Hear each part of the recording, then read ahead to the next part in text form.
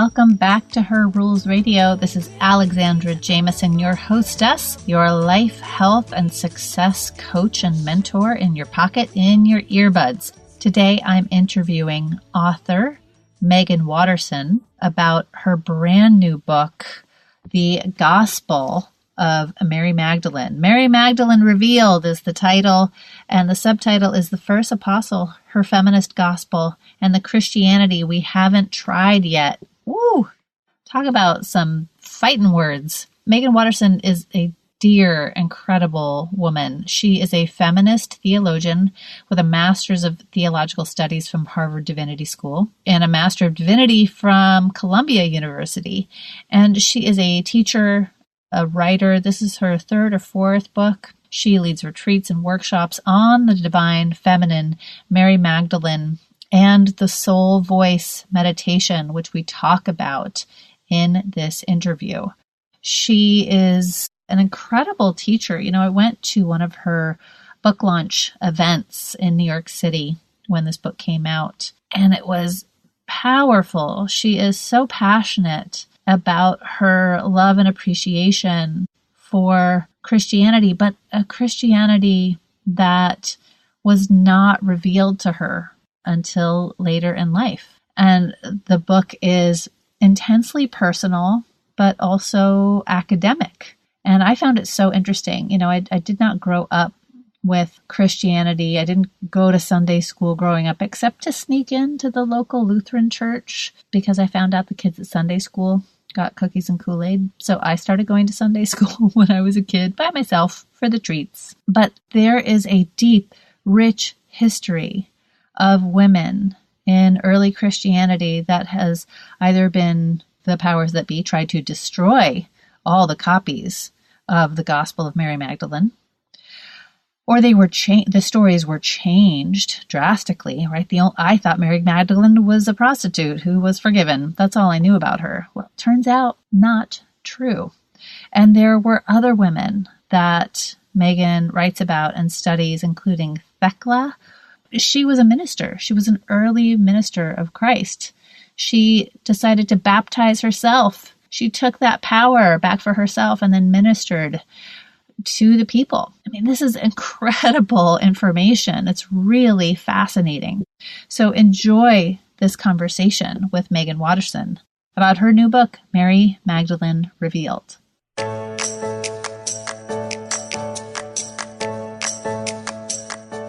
Why not? I find the writing process can be so isolated sometimes. Yes. And to finally put your book out there and to speak in front of a room and have it be received like that, how did that shift for you? I mean, for this book in particular, I really had to hermit like never before. I mean, 3 years of just going inward and healing in a way that I had really never been asked to heal before, like all the way back and all the way through. And the isolation is necessary. It's crucial. It's very important. However, you do reach a point where you just, you have this feeling that you're doing this on faith, that anyone else is going to be able to understand what conclusions you're coming to. And for me, I really did have to do this for myself. I mean, this really was a book I have had to write, and I have felt the pressure to write for as long as I can remember. Absolutely.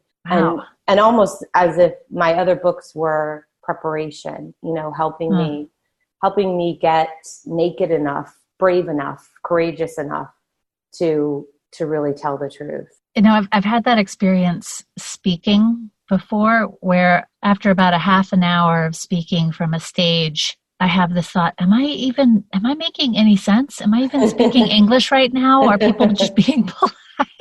Right. So let's talk about this book. You said this was the book that you had to write, that you feel has been bubbling up inside of you for a long time. How early in your life did you feel this draw to Mary Magdalene and to this topic? Well, first it was because of the absence of her. So my first encounter with the New Testament in Sunday school, which my mom just had me go to because as a feminist and secular woman, she really didn't know how to answer the kind of questions I kept coming to her with. So she, put me off to a liberal church. But my first encounter with the New Testament was to break out into hives and to really, really feel this sense of fear and anger around Christianity, and obviously not really being able to articulate it or understand it. But for me, the body never lies. The body never lies. And so that was the beginning of my desire to figure out, okay, why did it make me so upset to have this story about Christ presented as one where, to me at least, especially being raised a feminist, I felt like the women's voices, the women's stories, their perspective, like hearing from them in their own voices, not just about them, that, and that there wasn't a gospel according, written in the name of a woman. That to me, just none of that made sense and really angered me. And that God was just being presented as a father. It really, really terrified me. And so the fact her absence was really what began my path. And I became obsessed with studying from a really young age, female saints and poets and gurus from all different religions. And so what I ended up doing my first undergraduate and then my first divinity degree was in comparative religion, really looking to see where did those voices and stories of half the population go? Like, how does the female body experience and understand the divine in a way that might be different from what we're primarily seeing and reading? Now, this is so interesting because just in the last year, there was a big, in the last couple of years, this article story came out. I think it was in one of the Harvard presses. Another young woman was really studying the original text, like going and looking at the papyrus, any mentions of Mary, and how she was like physically written out or her covered up, like they were using whiteout, whatever version of whiteout they had, to physically change the story of the Gospels that were on hand. Right. But what you're saying is that not only was she written out, but there was an entire Gospel. And I would love for you to describe for us. I did not grow up going to Sunday school or going to church, except when I found out they had cookies down the street at Sunday school. I literally snuck into Sunday school to have snacks. What is a gospel? What was the gospel of Mary Magdalene? And how was it rediscovered that this even existed? I know. It's so exciting. I'm already starting to sweat because you want me to talk about the gospel of Mary, the body never lies. It's so exciting to me. And what ended up happening, as you mentioned, there were many versions of the Gospels, and we'll never really know what the originals read and what they sounded like, because they've been, theological term for that is redaction, criticism, and over the years the story has been edited. But that really began in the 4th century when the first Bible was codified by church fathers at the Council of Nicaea. And so what existed before the 4th century was an incredibly radical version of Christianity that basically wanted to stand all structures of power on its head. The Roman hierarchy at that time was very entrenched, and there was this idea that our existence can be ranked according to whether we are slave or free, whether we are Jew or Gentile, whether we are male or female, whether we have an education or not. All of these different, external status markers ranked us. And the emperor was at the top, obviously, and then slaves would be at the bottom. And what these early Christians said was that Christ was about a love that renders us all equal. So the first is the last and the last is the first, which is really, really radical. And it's an idea of power that comes from within. So it's a decentralizing of power. But, that wasn't really going to fly when Christianity was co-opted by Emperor Constantine in the 4th century. So he wanted to make this radical, persecuted religion. If you were Christian before the 4th century, you would be put to death. If you confessed that you were Christian, like the great Perpetua in Carthage, in 203. She was put to death for confessing that she was a Christian. So because she believed that a slave, Felicitas, who was imprisoned with her, was her sister, even though she was highborn and Felicitas was a slave. She considered herself equal to her, and that was heretical. And they both were put to death. So in the 4th century, when Constantine wanted to make this radical religion called Christianity into the empire's religion, they had to kind of gather together and figure out, okay, how are we going to make this look a little less radical? Like, how are we going to make this look a little more like the hierarchy that is already, ingrained in the Roman structure? So there began the great process of compiling and editing the story and creating what Dr. Karen King, a Harvard scholar and someone who has translated the Gospel of Mary Magdalene, she calls it the master story. And that master story wanted to say that men would have apostolic authority, like the transmission from apostle would be only men. So Mary's gospel, which clearly relates the story of her being the first apostle, or at least, one of the first apostles to witness who Christ really was and to be called to teach on his behalf and on the teachings that he relates in her gospel. If they were going to make this religion, Christianity, male and masculine and the apostolic succession only men, then they would have to get rid of that story. So towards the end of the 4th century, an edict went out for all gospels that contradicted, this master story to be destroyed. And so among them were the Gospel of Mary and others like the Gospel of Philip, which states that Mary Magdalene was Christ's companion. In Greek, the word is kanonos, which means partner or companion in Greek. And that's how she's described in the Gospel of Philip. So that needed to be swept under the rug. And then also Gospels like the Gospel of Thomas, where Christ is this really profound, there's just all these sayings. A lot of them are I am statements that Christ said. Things like, I am the one who comes from what is undivided, or if you bring forth what is within you, what is within you will save you. All these statements that are about becoming one from within and being able to see beyond what the ego sees, right? Like those differences, those external differences that would allow us to think that we are better or less than each other.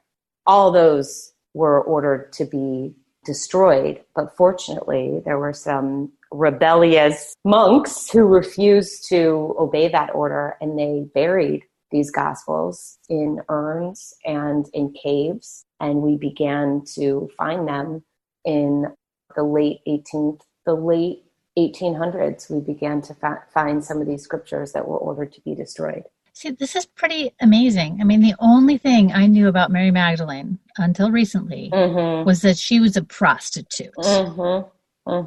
That's pretty much all I knew.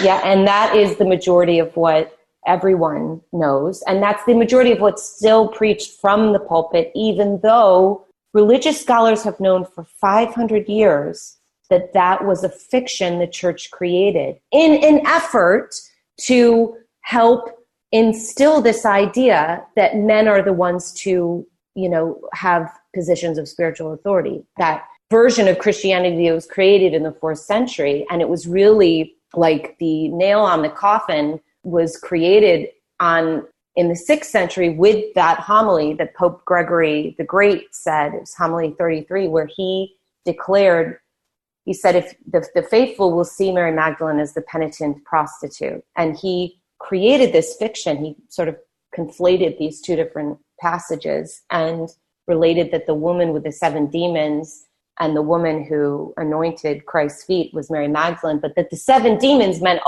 she must have been a prostitute. Like 7 demons to him, if it was a woman, had to do with her sexuality. And this served an agenda, this served a purpose to redirect who she was, right? Rather than her spiritual teachings and her prominence in the story, right? Like even in the stories that remained within, the gospels that were codified, it's like, why Mary Magdalene didn't just happen to be standing at the tomb at the right time, at the right place at the right time. Like there's prominence and significance in the fact that she was the one to witness him first in the resurrection. But we don't have the eyes really to see that because our idea of her has been so clouded, that misunderstanding. The agenda was to redirect our understanding of who she was to focus on her sexuality and this idea that she was unworthy and had sinned much and so was forgiven much, right? That's what the story became. But then Christianity's undealt with issues around sexuality all got dumped onto her. Oh, evil women. It's always our fault. So easy. I know, right? So easy. So it's so funny. I was listening to an interview with Amy Mann, the singer-songwriter. And she said, I was listening to a classic rock station recently, and it floored me how many of those classic rock songs were about evil woman. Yeah. Evil woman, witchy woman, black magic woman, like over and over again, this story about how women are the ones who cause men to do bad things. Right. And that somehow we have the corner on sexuality, right? And yet we don't. It's such a paradox. Like, we're not sexual at all and we don't really want it. And yet it's all about our sexual and how deviant we are. Oh, well, I mean, I think what gave me chills as you were mentioning that is just that. So there's this passage I love from A Course in Miracles, which I can't really read that much of because there's so much male masculine wording and gendered, for God. But I sort of get it distilled through Robert and Holly Holden, who study the Course and have a much more kind of progressive take on it. But there's this one passage that says, the holiest place on earth is where an ancient hatred has become a present love. And when I read that, that to me applied directly to the Christian story and to what happened with Mary Magdalene and really what happened with, the female body and sexuality. It was like, the feminine got the bad rap and the feminine got this, this displaced darkness or evil or however you want to describe that, like that somehow being sexual and being human is somehow wrong and evil and sinful, which it's like, it's the whole point, it's the whole point. And so for me, what's been so redemptive and so powerful and so healing personally and collectively now, as I'm teaching and presenting about her gospel, it really is about understanding how demonized the feminine has been and how pervasive that is in our culture. And it is the world over in our treatment of women to this day. And for me,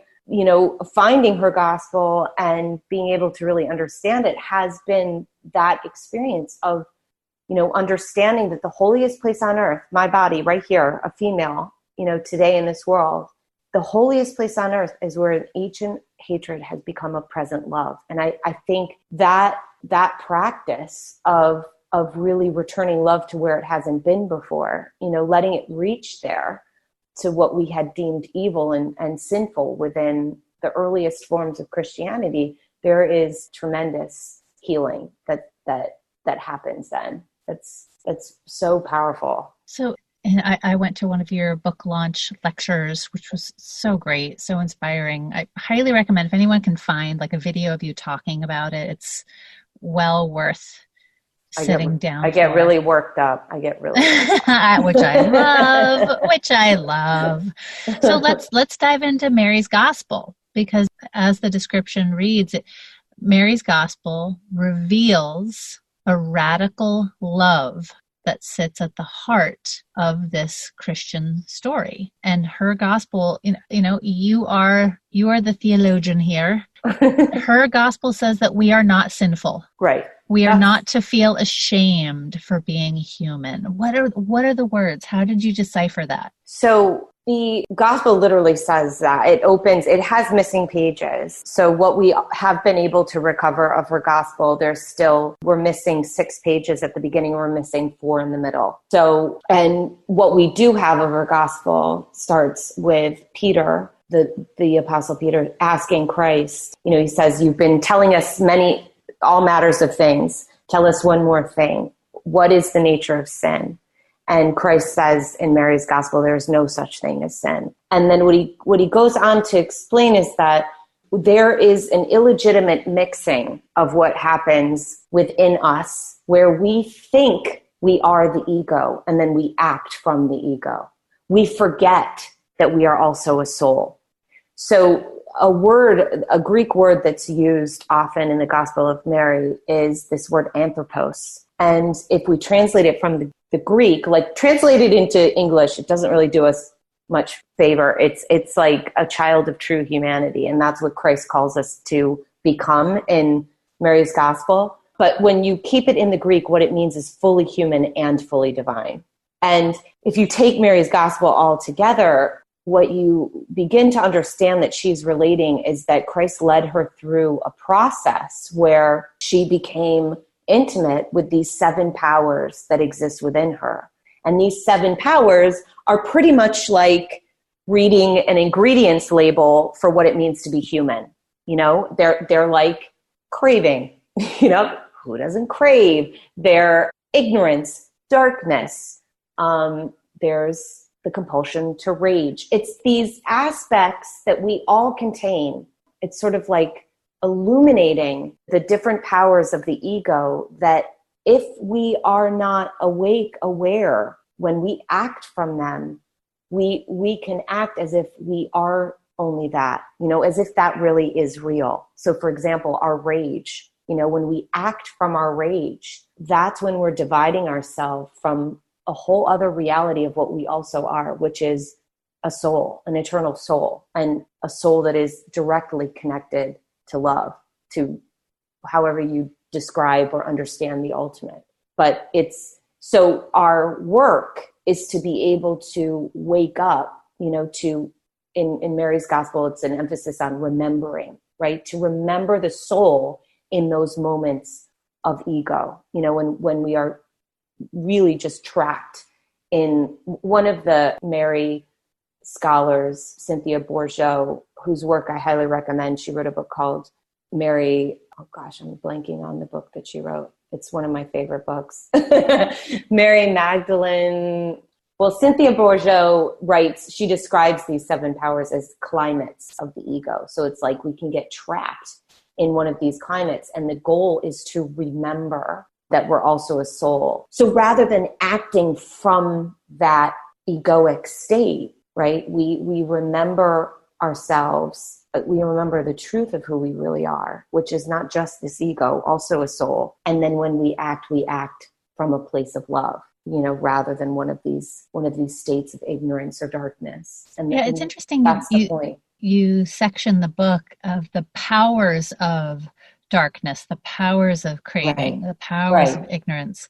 So is the ultimate power behind each? Is it just a flip into remembering that we are a divine, infinite, limitless soul? Or is there a specific power within each that we can discover?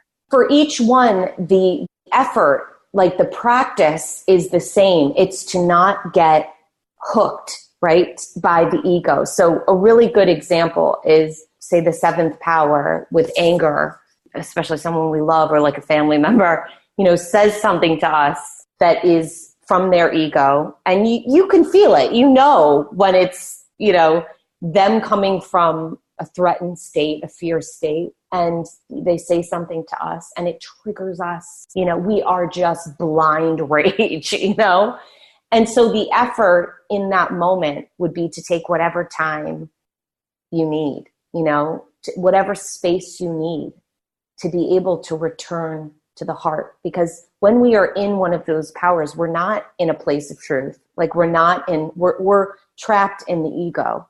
And so the effort is to then be able to be with it, to feel it, not to bypass it and transcend it and, or judge ourselves for the fact that we are angry, right? We have a right to be angry. Someone says something horrific to us or does something.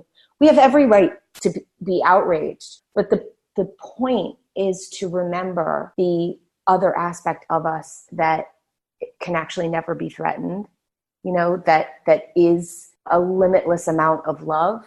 And so we feel it and we allow ourselves to feel the rage, but we don't because if I just hit back, which I can, then it's just ego spiraling into ego, and it's just more and more of the same rage, right? It's just going to keep building. But if I give myself the space to be able to return to my heart and to remember, okay, this person, the ancient word for mercy, merc, is exchange. And the idea of this is that if we can empty out the ego, right? Release.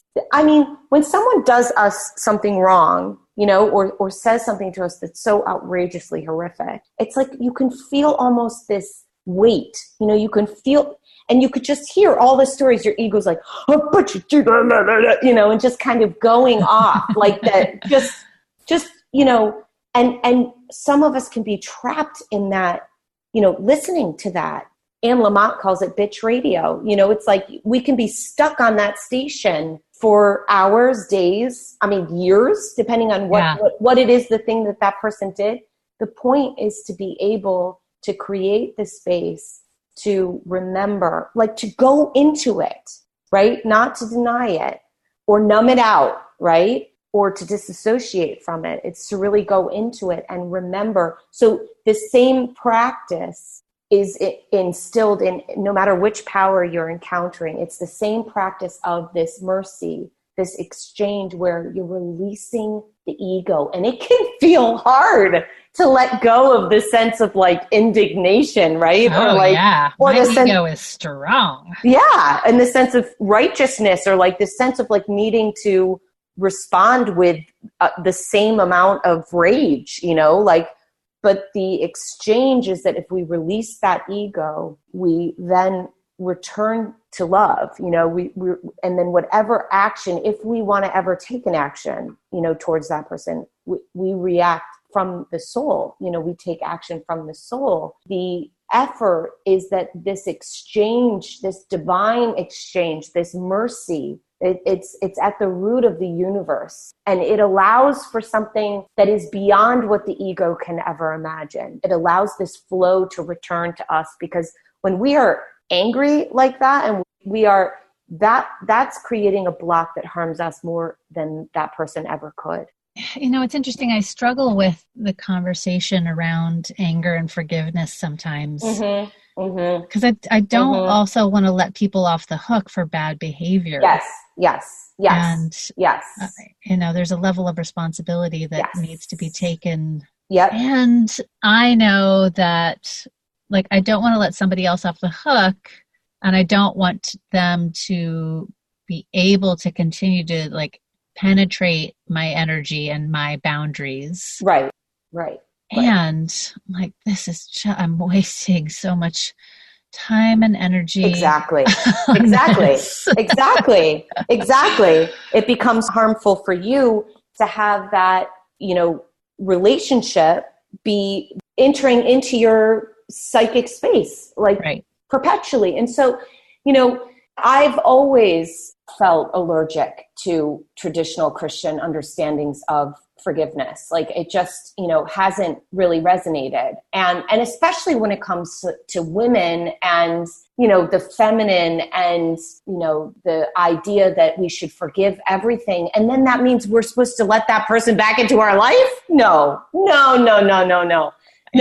that's not what this is about. This is about being able to be sovereign with our own bodies and minds and souls. So we get to say how we are feeling, and we get to decide what thoughts are going, what climate are we going to be inhabiting? Do we want to stay in that seventh power of rage, or do we want to come back to the heart? No matter what is going on outside of us, we can't control what somebody else is going to do or not do. There are a lot of people in my life who just, they're never going to want to do the work that we would have to do in order for me to feel like it's safe to have them in relationship again. Do you know what I mean? Like, oh yeah, I know. But the point is, so with that example of someone who said something who enraged me, the point is that I'm not perpetuating that cycle of rage, right? By just, screaming my head off in that moment, right? Like I am doing whatever I have to do.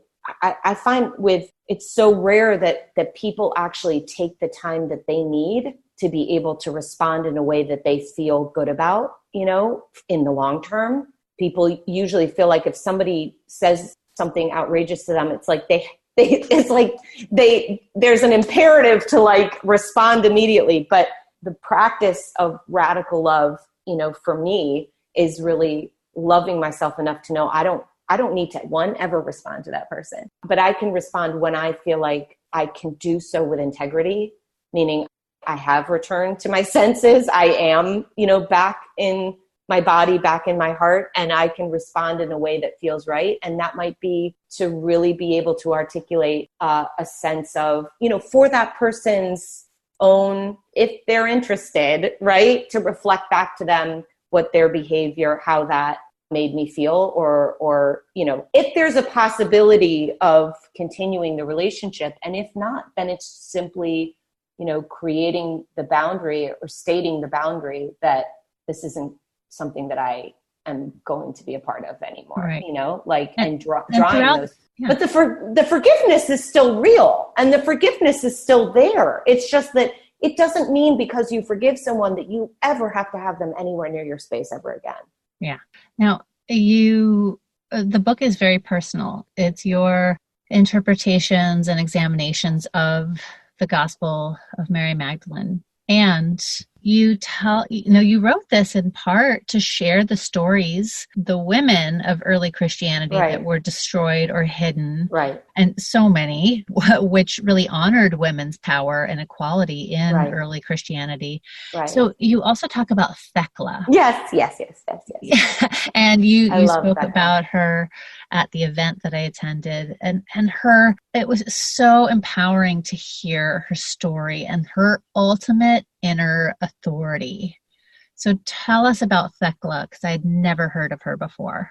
So when I went back to get my degree at seminary, I was able to encounter a scholar, Dr. Hal Chelsig, and he has compiled a New Testament, which includes many of the Gospels that were excluded in the 4th century, in the formation of the first Bible. So one of the Gospels that he included, as well as Mary Magdalene's Gospels, but one of the scriptures that he included in a New Testament is the Acts of Paul and Thecla. Now, this scripture is as old as any of the scriptures that we have today. It's dated all the way back to 70 AD. So 1st century scripture. And it relates that Paul, everyone knows Paul, but no one's heard of Thecla. But Paul traveled and ministered with a woman for the majority of his life.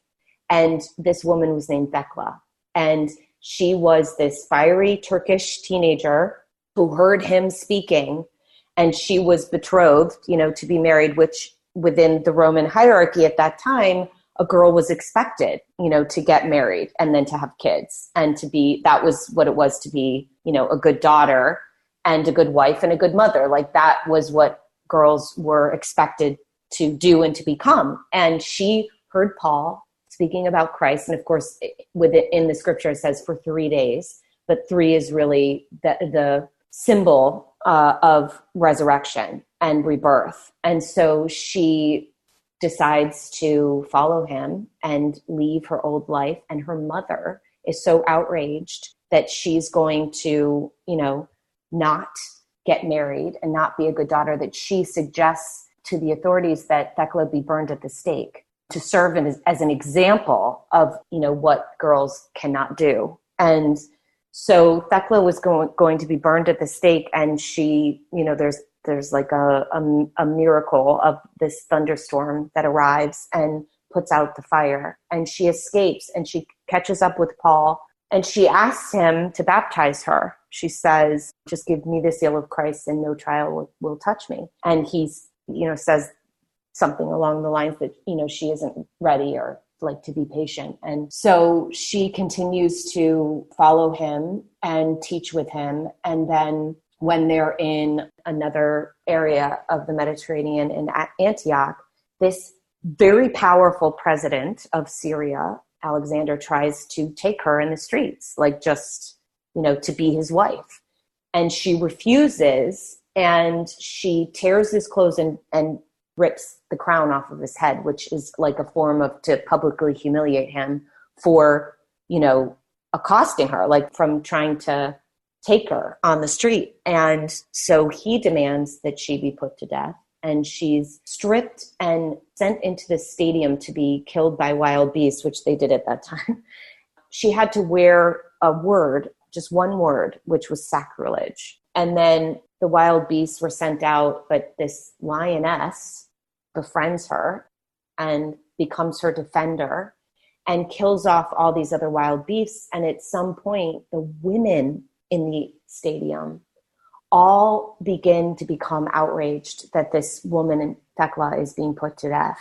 And they begin to see, that the true sacrilege is to let her die. And so the scripture says the women all cried out as if with one mouth, which when I first came across that, I got such incredible chills, because the women, of course, would have the least amount of power in that audience, but they unified in order to demand that Thecla be saved. And in that moment, Thecla, there was a pit of water within the stadium. And Thecla says, in the name of Jesus Christ, I baptize myself. So she goes ahead and baptizes herself in front of all the women. And the scripture says that she then went on and was, ministered until the ripe age of 90, and she's buried near to Paul.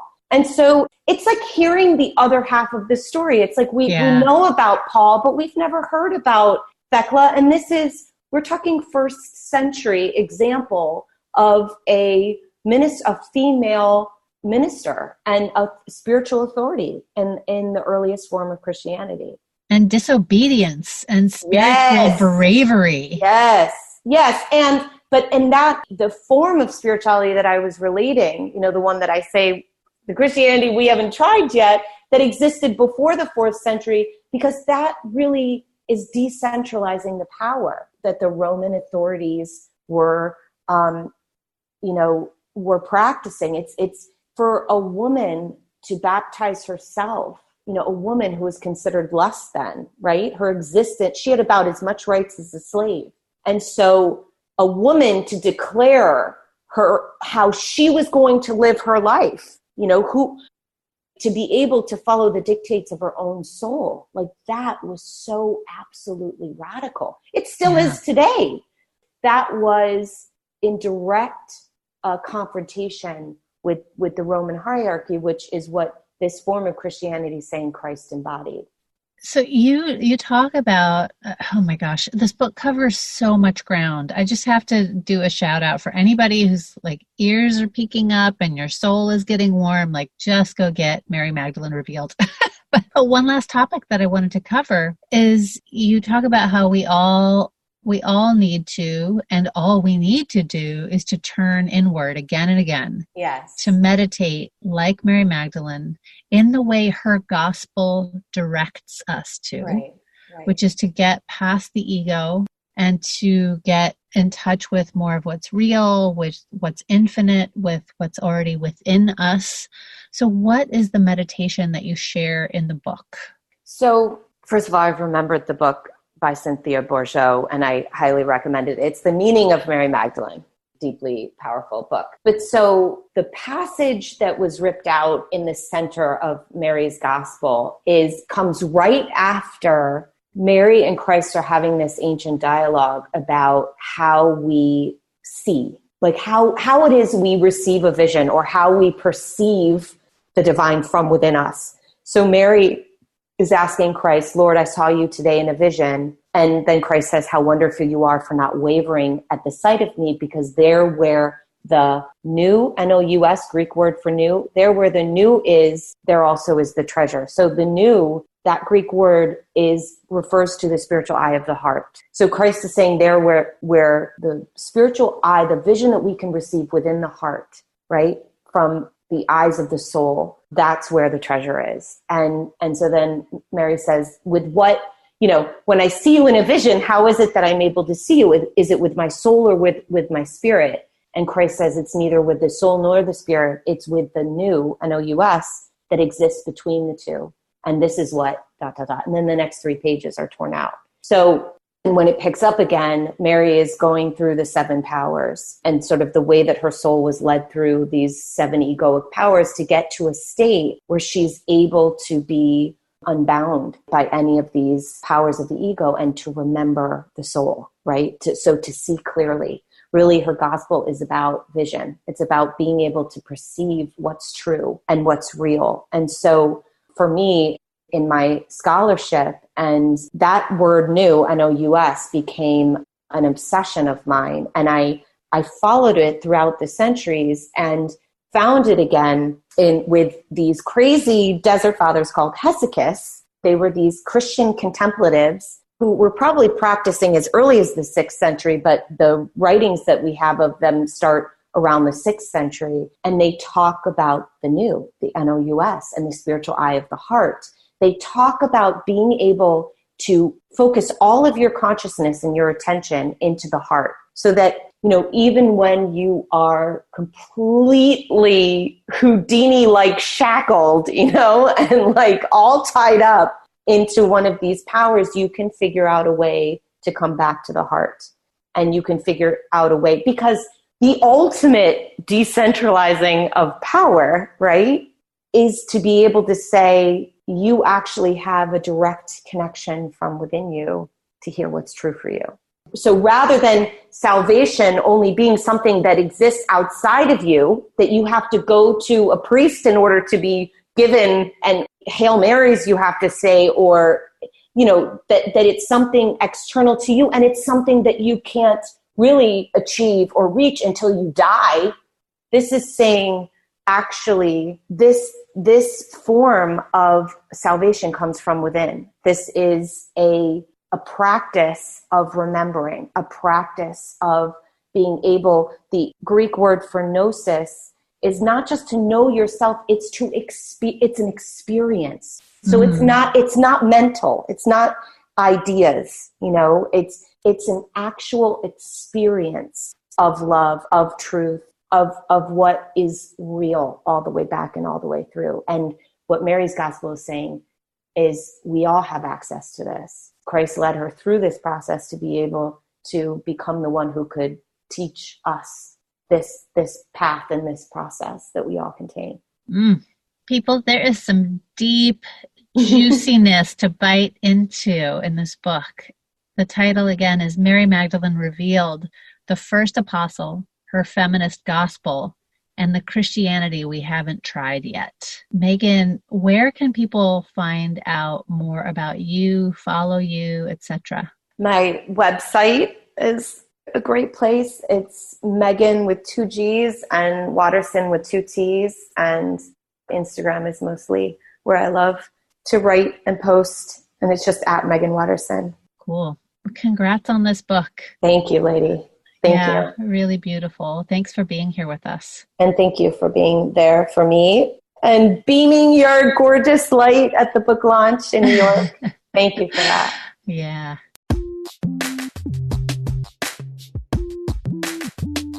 Thanks for listening in to today's episode of Her Rules Radio. So glad you could be here with us. Do me a solid, would you? Go on over to iTunes, leave a review, subscribe, and leave a comment. Like 5-star review would be awesome. Leave a little comment about what you enjoy about the show.